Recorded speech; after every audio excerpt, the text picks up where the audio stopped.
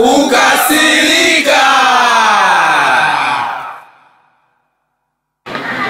Mayakabu. Wewe Mayakabu.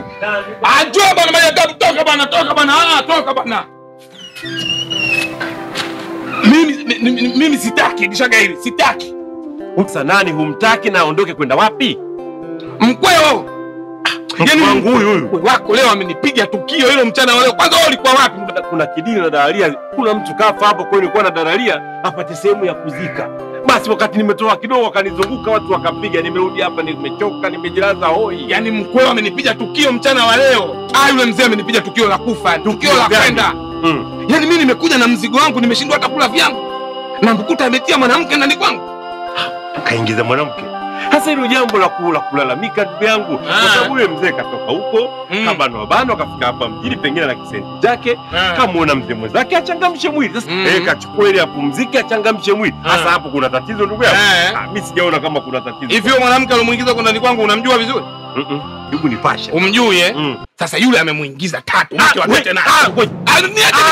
Niache nizungumze. Kile kwa sababu huyu bwana wewe unamjua pana kati lake. Hii ni vita hii. Tata kaingiaje pale? Yaani nimechanganyikiwa. Unajua nimevurugwa. Huyu mzee ana hapa. Anarudi kwao. Watigumba. Yaani huyu sio kumchelewesha kwa sababu hii nyumba itakuja kupigwa moto. Huyu bwana na lile zigo lake, tinginya lake lile anaweza akatoa katika mitihani mibaya. Kabisa. Mimi nikajua ile michezo yetu kumbe kafika mbali mzee. Tulivyo na mambo yetu hapa ya karibu. Lifanyie kazi bwana. Mimi nalifanyia kazi. Hilo swala lifanyie kazi. Ondoa shaka, huyu lazima aondoke. Huyu lazima sana niachie mimi. Samata wewe hana.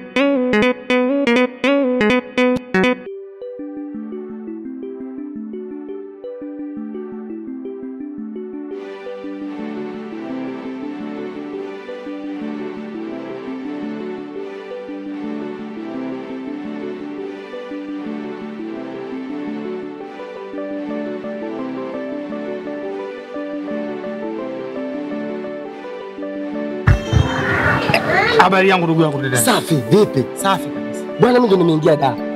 Sikuoni siku nyingi hapa nyumbani. Si unajua kazi zetu za magari? Ndugu yangu umehamia kwenye maroli? Wiki 3 niko nje. Sasa nimeingia. Kwa nini mzani nimekaa na wiki 3 kwenye nani nyingine? Unakula tu maisha ndugu yangu. Sio kwa kwenye mzani na wiki 3. Sasa ndugu yangu ndo nimeingia. Kuna habari hapa nataka nikwambie. Nipe baba. Hapa nyumbani hapo kwetu hapa tunapokaa. Ndio. Na mzee huyo anaitwa mzee Bondogera. Huyo mzee Bondogera huyo mkweo wa Maria Tabu. Kawasili pale nyumbani. Ugeni uko nyumbani, uko nyumbani. Huyo mzee ninavyokuambia toka afike hapa nyumbani, watu hawana amani na wake zao. Ninavyokuambia. Maana huyo mzee ametoka kijijini kwao huko sijui ana hela za mashamba huko sijui hela za mazao, amekuja mjini ninapokuambia huyo mzee ni kiwembe. Ni kiwembe. Sasa ndugu yangu, mimi nakutahadharisha. Kuwa makini na huyo Bondogera. Sawa. Maana shemegi yangu tatu kwa ninavyomjua, Mungu kamjalia alhamdulillah. Nalo. Na yule mzee kwa taarifa zake ninazozisikia, ndugu yangu atapita naye. Ndugu yangu atapita naye. Maana huyo mzee ni kiwembe ninavyokuambia.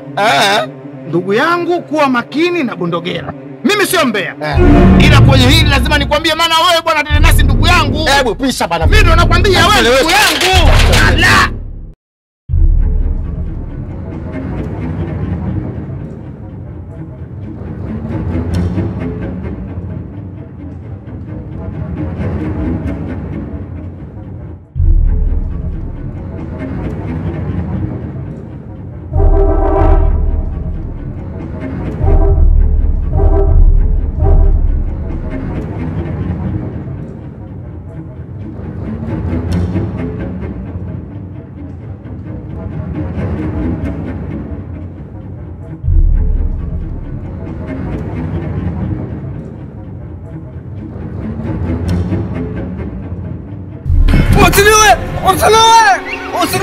Usiniwe!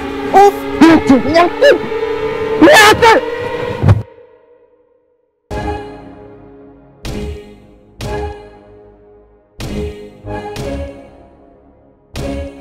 Wewe mzee vipi?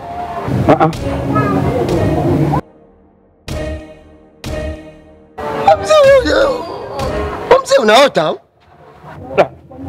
Tumelala kwenye mti sijui una kinyamkela au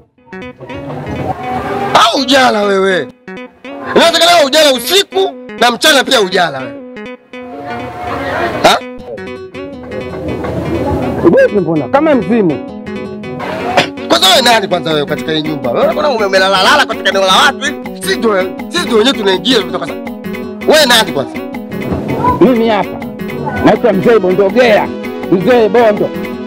Ujukua, ni mkwa wa maji ya tabu. Unamjua wewe maji ya tabu wewe? Okay. Wewe ndo Mzee Bondogela Ndio mimi. Okay. Ndio nini sasa? Unashangaa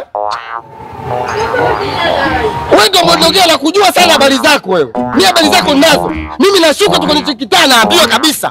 Au sio bwana? Kama kuna mtu yupo pale nyumbani anaitwa Bondogela. Habari zako ninazo. Mimi sikuficha ndugu yangu. Mimi ninavyojua watu bwana wakunyimi maneno. Watu wanakupa tu. Unaona bwana? Mimi najua kabisa wewe unamselendea tu kwenye mawangu 3. Ndio. Ni mnyembe 3.